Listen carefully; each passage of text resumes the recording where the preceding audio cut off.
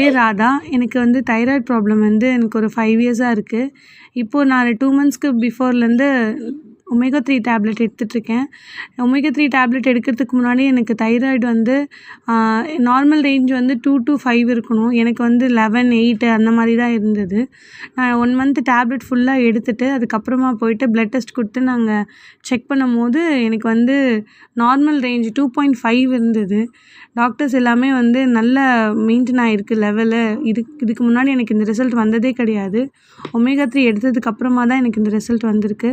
So வந்து doctors கேட்டதுக்கு நீங்கள் ஒமேகா 3யும் கண்டினியூ பண்ணுங்கள், தைராய்டு டேப்லெட்டும் கண்டினியூ பண்ணுங்கள் அப்படின்னு சொன்னாங்க.